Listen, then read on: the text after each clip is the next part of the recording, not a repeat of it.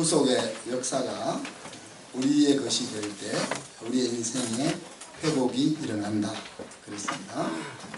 그리고 그 회복에 일어나는 것은 바로 성령께서 우리 가운데 하시는 일이라고 했습니다. 우리 각자는 자기 백성을 구원에 이르게 하기 위해서 예수님께서 사용하셨던 그 도구들 가운데서 우리의 연약함을 친히 담당하시고 자기 백성을 돌아보시는 그 회복의 사역들을 쭉 지금 살펴보고 있습니다. 그러면서 그 가운데 삶의 회복이 어떤 의미인지, 그리고 그 회복이라는 것이 나의 영원한 인생의 회복과 어떻게 연결되어 있는지, 또 내 인생의 회복은 무엇을 의미하고 내 삶에는 어떤 식으로 그것이 작용하고 있는지 하는 것들을 우리가 살펴보면서 정말 내 인생의 온전한 회복을 향해서 달려가기를 우리가 공부하고 있습니다. 지난주 한 주간 동안 살펴본 말씀은 문둥병자를 고치시고, 또 백부장의 하인을 고치시고, 중풍병자를 고치시고, 또 베드로의 장로의 열병을 고치시고, 많은 병자들과 귀신 들린 사람들을 고치시고, 안식일에 손 마른 사람들을 고쳐주셨던 이야기들을 한 주일 동안 쭉 살펴보았습니다.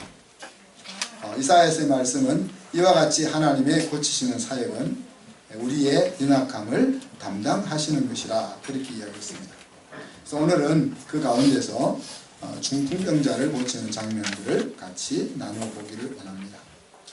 오늘 기록하고 있는 이 사건에서는 세 가지 살펴보기를 원합니다. 하나는 중풍병자의 친구가 가지고 있는 믿음에 대한 것이고, 또 하나는 오늘 설교의 제목처럼 죄의 사함을 받으라 하는 말씀의 의미가 무엇인지 하는 것이고, 또 하나는 중풍병자가 가지고 있는 믿음에 대한 것입니다.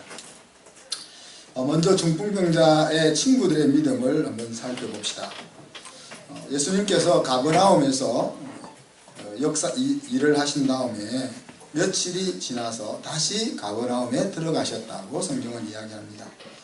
가버나움이라는 마을의 이름은 나훔의 마을이라 하는 뜻입니다. 그리고 갈릴리 호수 북쪽 끝에 있는 아주 무역이 발달하고 교통과 상업이 번창했던 그런 마을입니다.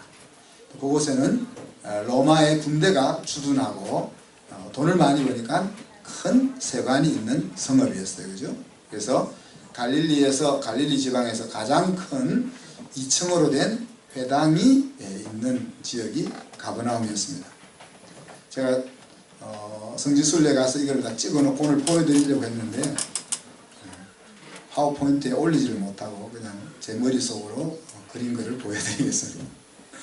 이곳에서 세리 마태가 예수님의 제자로 부름을 받았던 곳이고, 많은 기적들을 베푸셨던 곳이 가버나움입니다.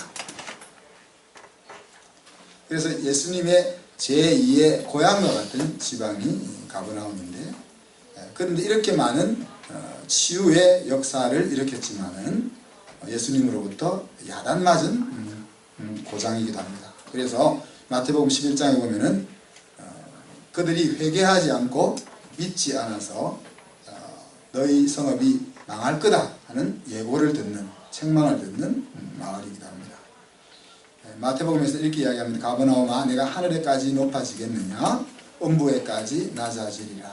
내게 행한 모든 권능을 소돔에서 행하였더라면 그 성이 오늘까지 있었으리라. 내가 너희에게 이르노니 심판날에 소돔 땅이 너보다 견디기 쉬우리라 하시니라 그랬습니다.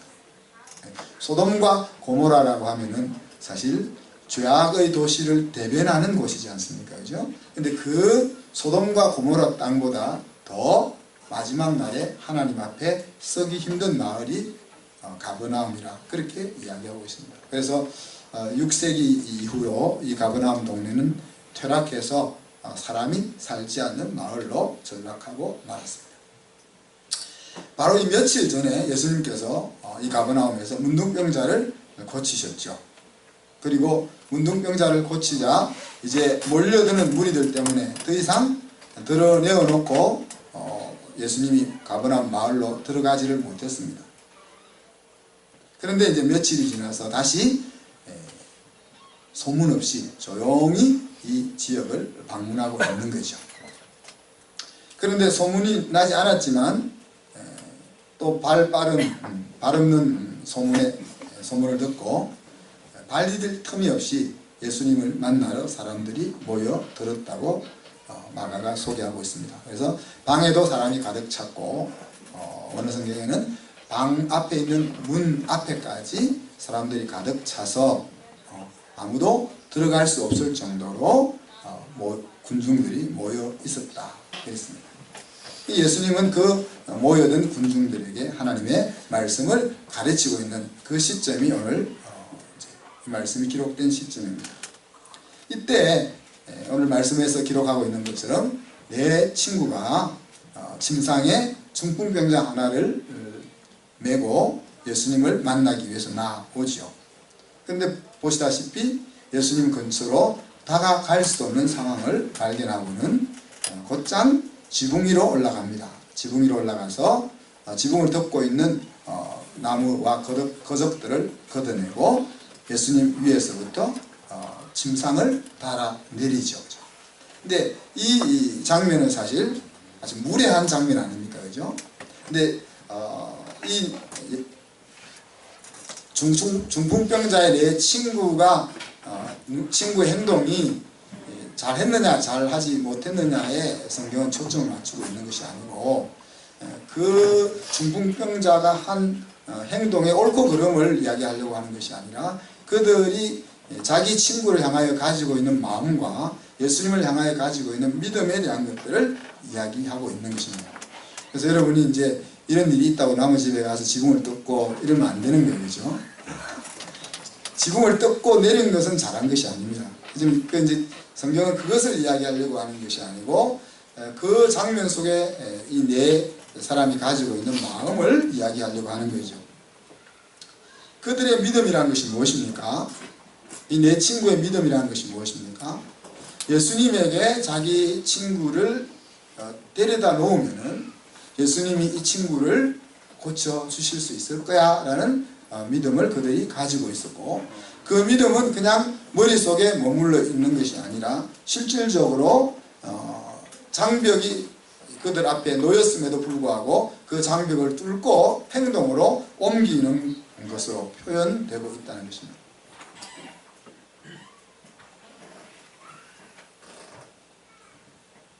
보통 우리가 계속해서 이제 질병을 예수님께서 치유해 주시는 장면들을 이제 연말까지 계속 보게 될 텐데 거기 보면 주로 나을 믿음이 있는 것을 보시고 라는 말이 주류를 이룹니다. 그죠?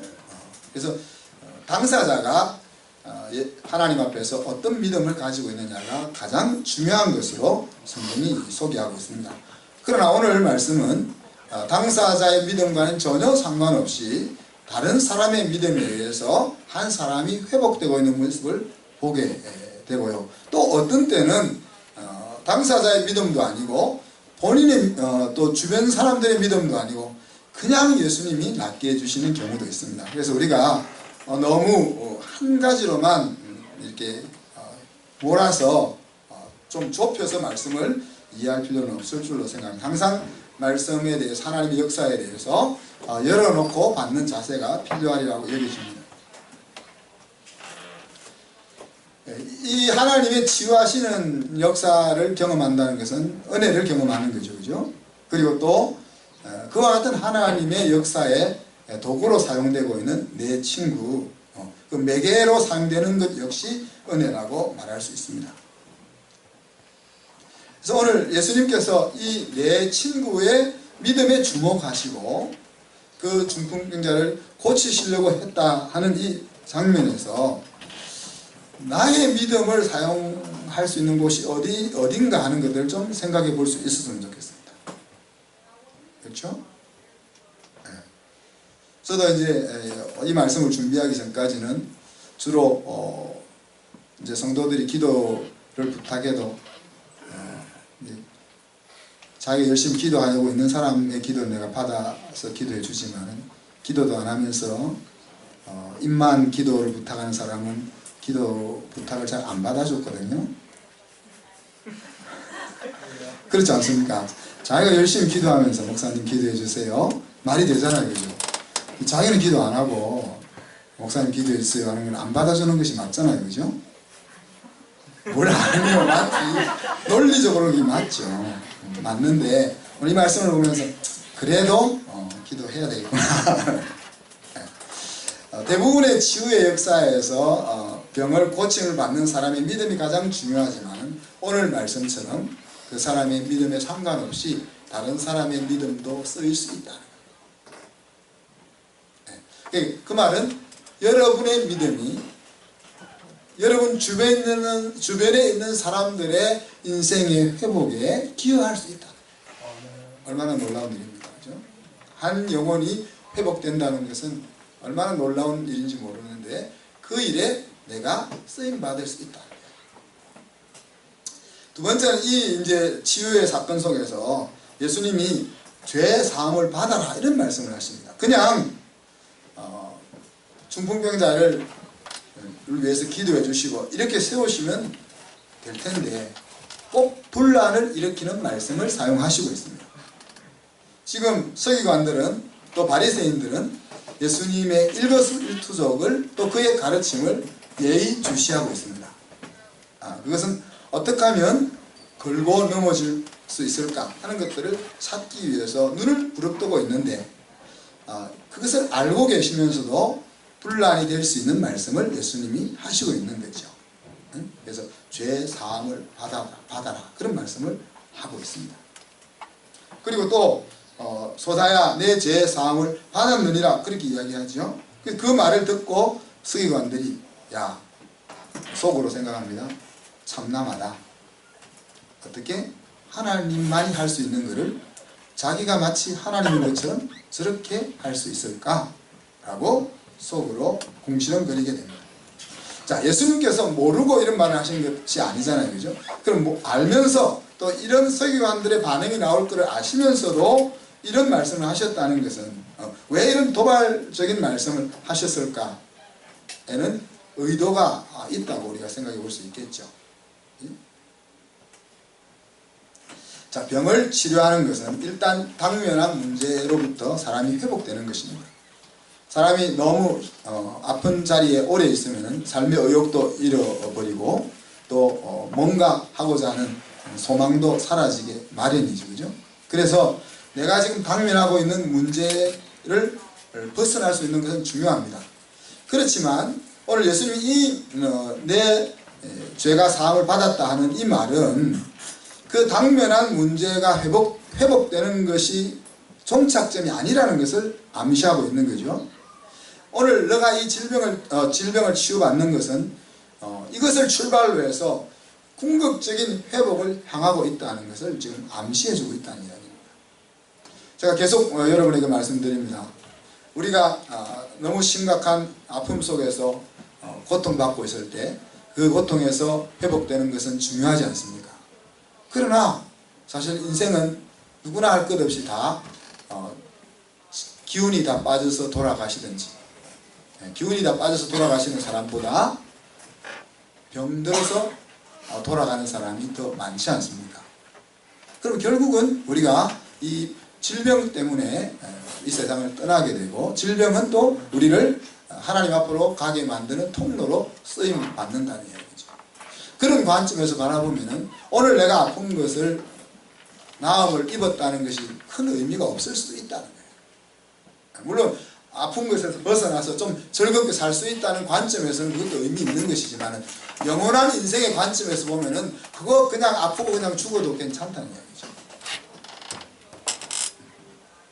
그런데 이제 예수님께서 이야기하시는 것은 그 아픔에서 벗어나는 것이 뭐에 대한 매개가 되는 거예요?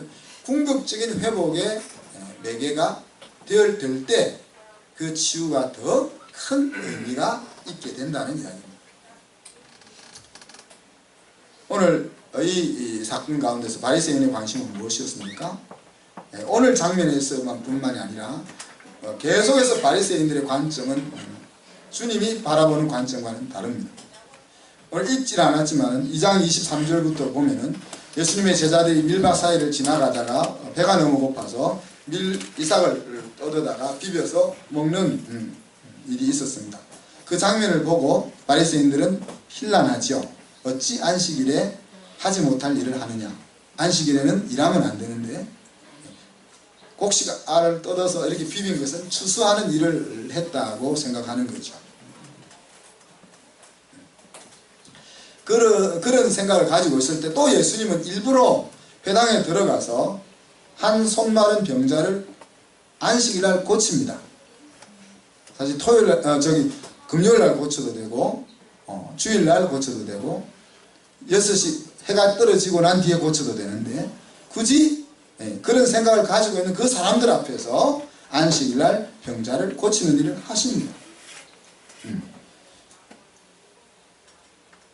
그리고 예수님께서는 바리새인들이 지금 예수님이 하시는 일을 보면서 안식일에 왜 저런 일을 하지 하는 생각을 가지고 있는 것을 향해서 이렇게 평가를 했습니다. 그들의 완악함을 보시고 화를 내셨다라고 이야기합니다.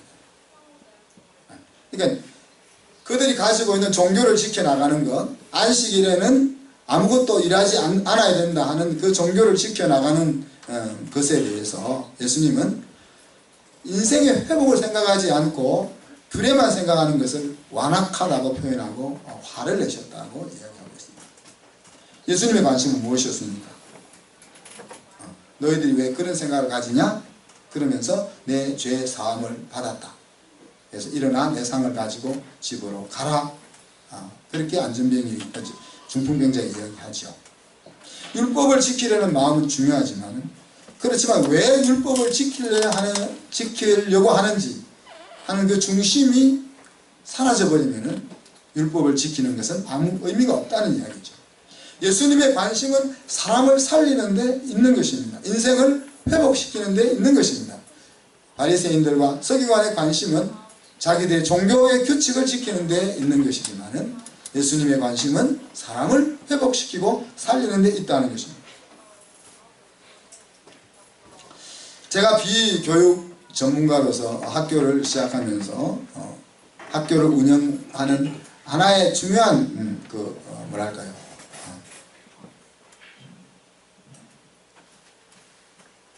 핵심 운영 규칙이라고 할까요? 원리는 아니고요. 이것이 이제 여러 사람들을 힘들게 하는 건데 저 나름대로는 원칙을 가지고 있는 겁니다. 여러 사람이 볼 때는 무원칙한 것 같은데 저 나름대로는 원칙을 가지고 있습니다. 그 원칙이 뭐겠습니까? 아이가 살아나느냐 하는 것에 교육의 모든 초점을 맞춘다는 거예요. 저는 상당히 나름대로 일관성 있게 대처하죠. 근데 이제 옆에서 볼 때는 일관성이 전혀 없는 것처럼 보일 수가 있습니다. 부모도 아니고 부모가 이런 소리 저런 소리를 해도 제가 잘 듣는데 또 안 듣기도 하거든요. 그래서 우리 부모들 가운데서 목사님은 한만 말해도 안 들어줘 그런 생각을 가지는 사람이 있습니다. 교사의 말도 제가 교사들이 뭘 해달라고 하면 제가 안 해준 것이 없거든요. 그렇지만 교사의 말도 중심이 아니라는 거예요. 또 어떤 부모는 목사님이 학교를 잘 운영하기 위해서 뭐 이것저것 하지 않느냐 그러는데 물론 제가 이제 학교를 운영하기 위해서 여러 가지를 다 신경을 써야 되죠. 그렇지만 학교도 그 결정의 중심에 있는 것은 아닙니다. 바로 학생 자신에게 있다는 거예요. 이 아이에게 이렇게 행동하고 이렇게 결정하고 이렇게 하는 것이 이 아이를 회복시키고 이 아이를 성장시키고 이 아이를 하나님의 사람으로 세우는데 가장 좋은 길인가 하는 것이 모든 결정의 최우선에 있다는 이야기예요. 그것 때문에 이제 여러 사람이 힘들 수도 있고 일관성이 없어 보일 수도 있지만은 저는 줄창 그 일관성을 가지고 왔습니다. 그래서 너무 계속 그러면 안 되니까 이제 우리 새 교장선생님이 와서 이제 제대로 된 일관성을 이제 보여주실 겁니다. 자, 교회의 관심도 마찬가지입니다. 교회의 관심은 뭡니까? 바로 여러분입니다. 이제 우리 집사람이 항상 당신이 아무리 여러분이라고 말해본들 매일 하는 짓이 건축이니까 성도들은 목사님의 관심은 건축이야 라고 생각할 수 있다. 그래도 어떡하겠습니까? 여러분의 인생이 복음을 만나서 온전한 회복에 이르느냐 하는 것에 우리 교회에 관심이 있고 저에 관심이 있다는 겁니다. 그리고 회복되었다면 회복된 삶을 살고 있는가, 또 더 나아가서는 여러분이 다른 사람을 회복시키는 그런 통로로 쓰임받고 있느냐, 이것에 우리 교회에 관심이 있다는 겁니다. 제 태생적으로 이렇게 사람을 이렇게 따스하게 잘 대하고 챙기고 이걸 못해서 그렇지. 네, 그래서 이거를 잘 할 수 있는 우리 김신현 장로님, 또 우리 정철민 집사님, 정태근 집사님, 박강성, 하나같이 다 감성적인 사람들이잖아요. 이런 것들을 잘 할 수 있는 분들을 하나님이 이제 옆에 포진을 시켜주는 걸로 생각합니다. 자, 세 번째는 마지막으로 중풍병자의 믿음입니다. 처음에 이 중풍병자는 하나님 예수님에 대한 아무런 믿음과 기대도 없이 그냥 친구들에게 들려서 이 자리에 왔습니다. 그런데 예수님께서 이 사람에게, 오늘 성경은 소자가 그랬지만 영어 성경은 아들아 그렇게 부릅니다. 아들아 내 죄사함을 받았느니라, 그렇게 이야기했습니다. 그래서 내 죄사함을 받았다, 일어나서 내 상을 가지고 집에 가라, 예수님이 그렇게 말씀하실 때 이 중풍병자가 어떻게 하죠? 막바로 일어나서 상을 들고 그게 모여있는 사람들 앞을 지나 집으로 갔습니다. 자, 여러분이 중풍병에 걸렸다고 생각해 봅시다. 여러분이 중풍병에 걸렸는데 예수님이 와서 야 명호야 너 일어나서 상 들고 빨리 집에 가. 그럼 집사님 벌떡 일어날까요? 성경이 그냥 짧게 일어나 짐상을 들고 사람들을 지나갔더라 그랬지만은 갈등이 일어나다가 못 일어나면 무슨 창피입니까, 그죠? 또 일어나서 걷다가 다시 넘어지면, 여기서 우리는 표현되어 있지 않는 중풍병자의 믿음을 보는 것입니다. 출발은 친구들의 믿음이었습니다. 그렇지만 자기 자신이 믿음의 자리에 들어가지 않는다면 앞에서 이야기한 것처럼 그 유익은 지극히 제한적일 수밖에 없는 거죠. 마치 오늘 우리가 안고 있는 여러 가지 연약함에서 주님이 치료해 주시는 것이 우리의 인생의 회복에 중요한 전환점이긴 하지만은 그 전환점에서 궁극적인 회복까지 가지 못하면은 그것은 그렇게 유용한 것은 아니다. 오늘 친구들의 믿음을 통해서 이 중풍병자가 나음을 입는다면은 그것도 귀한 것이지 않습니까? 그러나 거기서 멈춘다면은, 그가 이걸 계기로 해서 자기의 믿음의 자리로 나아가서 하나님을 만나는 자리까지 나아갈 수 없다면은 사실 그것도 그렇게 대단한 것은 아니라는 거죠. 낫고 끝나는 거죠. 무슨 의미가 있겠습니까? 그래서 예수님께서 바리새인들과 척을 지면서까지 알리려고 한 것이 뭡니까? 죄의 사함과 치유의 연결점을 이야기하려고 하는 겁니다. 질병을 치유해 주시는 것은 우리가 안고 있는, 지금 당면하고 있는 그 문제를 해결해 주시고 그 문제에서 우리를 건져내 주시는 것입니다. 그러나 그것은 더 영원한 하나님과의 궁극적인 인생의 회복, 그래서 새로운 삶을 살 수 있는 길을 열어주는 스타팅 포인트라는 것에 의미가 있다는 것입니다. 우리는 항상 사건 가운데서 하나님 앞으로 나아옵니다.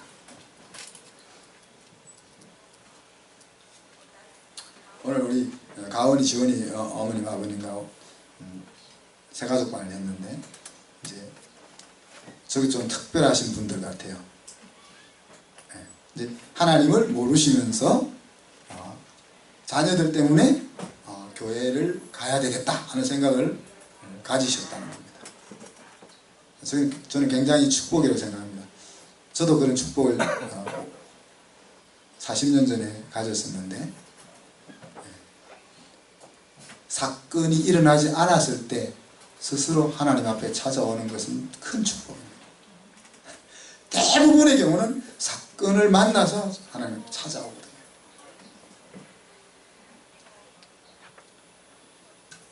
그렇지만 그 사건이 해결되는 곳에 머무는 것이 아니라 그 사건의 해결을 기점으로 해서 하나님을 바로 아는 자리로까지 나아가야 하는 것이 주님이 가지고 계신 마음이고 의도라는 것입니다. 그리고 우리가 하나님은 우리를 치유해 주시는 그 하나님을 아는 지식이 얼마나 크고 깊으냐 하는 것이 바로 내 인생이 얼마나 풍요함을 누리면서 사느냐를 좌우하는 거예요. 이 사건을 바라보면서 주변에 보여들었던 무리들이 뭐라고 했습니까? 다 놀라 영광을 하나님께 돌렸다. Praise the God, praise the Lord 그랬는데, 하나님을 찬양했다 그랬는데, 이것이 과연 그들의 삶에는 어떤 영향을 미쳤을까? 저는 이런 엉뚱한 생각을 좀 해봤습니다. 성경은 분명히 다 놀라 영광을 하나님께 돌렸다 그랬는데, 영광을 하나님께 돌렸다는 것이 대단한 것이 아니라는 거예요. 저건 하나님이 아니면 하실 수 없는 일이야 라고 하나님을 찬양했지만은, 이것이 이와 같은 생각들이 그들의 인생에 정말 어떤 영향을 미쳤을까? 하나님이 저런 분이니까 나도 하나님과 엮인 인생을 살아야 되겠다는 쪽으로 갔을까?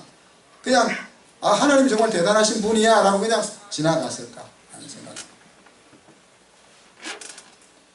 이런 하나님의 역사에 있어서 우리는 구경꾼이 되어서는 안 된다는 사실을 알 수 있습니다.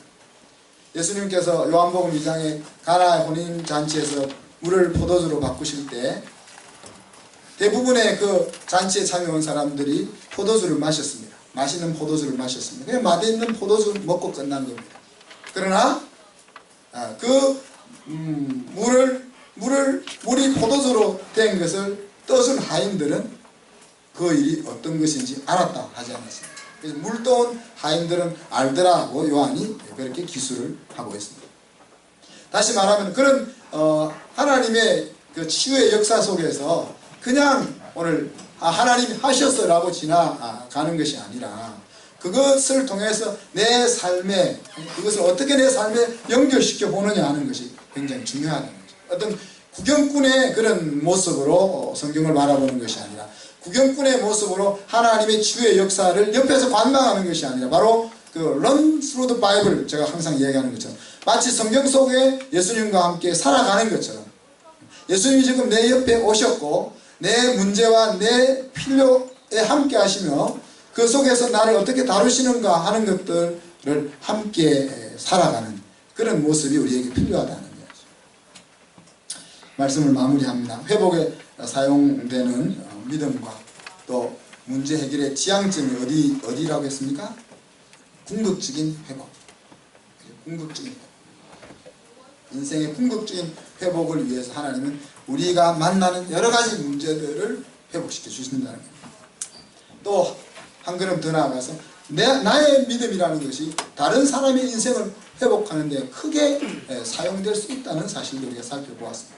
한 영혼이 천하보다 귀하다고 했는데, 그래서 우리는 내 믿음이 도대체 무엇인가, 내가 지금 하나님을 향하여 가지고 있는 믿음이 도대체 어떤 것인가를 생각해 볼 뿐 아니라 정말 내가 그런 믿음이 있다면은 그 믿음을 사용해야 할 곳은 어디인가 하는 것들을 좀 생각해 볼 수 있었으면 좋겠습니다.